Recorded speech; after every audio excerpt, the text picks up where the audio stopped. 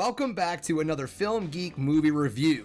I'm about ready to head out to the day job, and then I will be going to see the new movie, See How They Run, directed by Tom George and starring Sam Rockwell.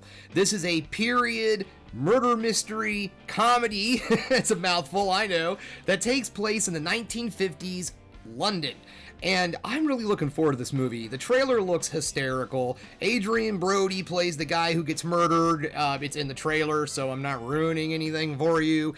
And then it seems like all this takes place in a theater, and Sam Rockwell and his partner try to piece everything together. There looks like there's going to be some great running gags in this film, a lot of dry humor, and probably some physical comedy. So all the crap that I really like. So you know what?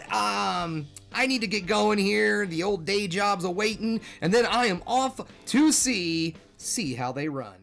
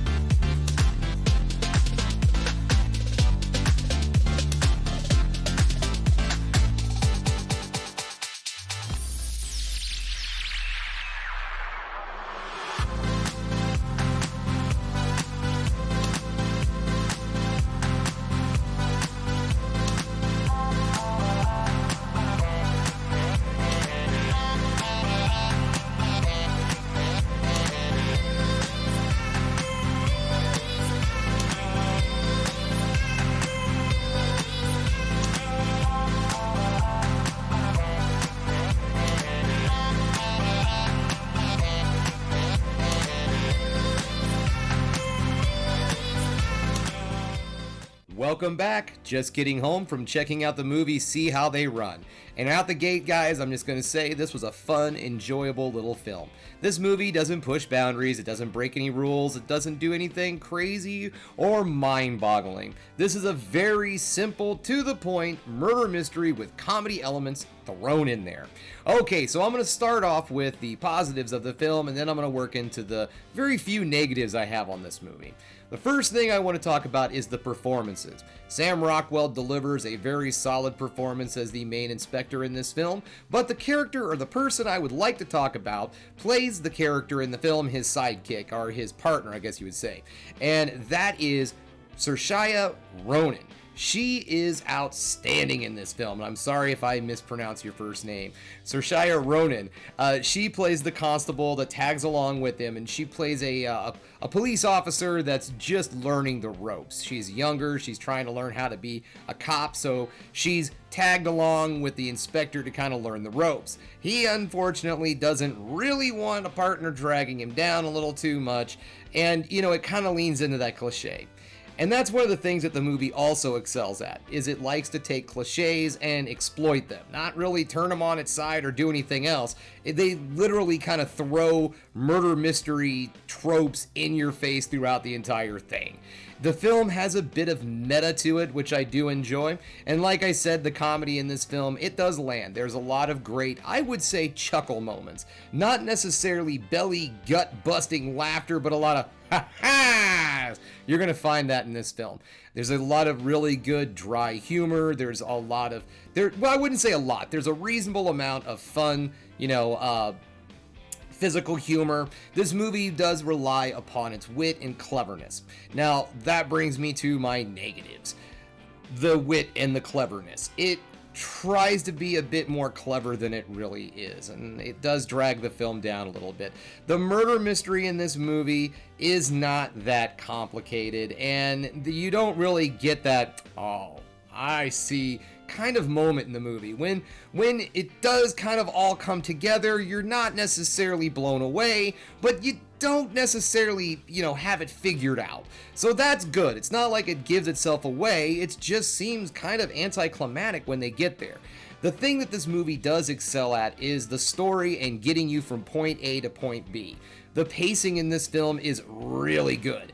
And also that kind of hinders the film a little bit. It moves very fast. I guess I shouldn't say the pacing is really good. The pacing is good, but it seems like the film is really rushing through. And I don't know if they did it that way to try to confuse you just a little bit, because the story itself was not that hard to follow. And the fact that they were throwing in tropes to kind of, turn this on its ear a little bit. It's not bad. It's just, I don't know if I would say wasn't executed correctly. It just didn't really seem to add a lot to the film, but it didn't really hinder it in any way, shape, or form either. It just seemed like it was trying to be an above average murder mystery comedy, but unfortunately it does come across as a kind of average murder mystery, only because, like I said, the mystery reveal is just kind of okay. You don't really have a whole lot of emotional investment in that. Like I said, the film does this thing throughout the entire movie where it kind of gives away things as it moves along, and it does this a little too early on in the movie for a murder mystery, because then you're just gonna go, oh, wait a minute, they talked about this about 20 minutes ago, so now they're gonna do the thing. And again, it's not bad. It doesn't drag the film down. It just keeps it from getting a really high score. And so here we are, guys. Time to put a letter grade on this film. What do I think? What is my ultimate grade of this film? And I gotta say, guys, that this movie is a solid C+. This is a good movie. If you are into a British dry humor kind of comedy, you are going to really enjoy this movie in theaters. If not, I would say this is a really good movie for you to check out once it hits the streaming services. So if you are a fan of murder mysteries and this genre in particular, and you like mashup films like horror comedy, murder comedy, whatever, murder comedy, isn't that a horror comedy? But anyways, so yes, guys, I do think this is a solid film, and it is deserving to be seen in theaters if you are a fan of the genre, because you're gonna walk away with a bit more out of this movie than someone who might just be looking for a sheer comedy. Alright, guys, thanks again for checking out The Film Geek. If you liked what you saw here today, go ahead and subscribe to the channel, ring that bell for notifications, and give me the old thumbs up so I know you like what you're seeing.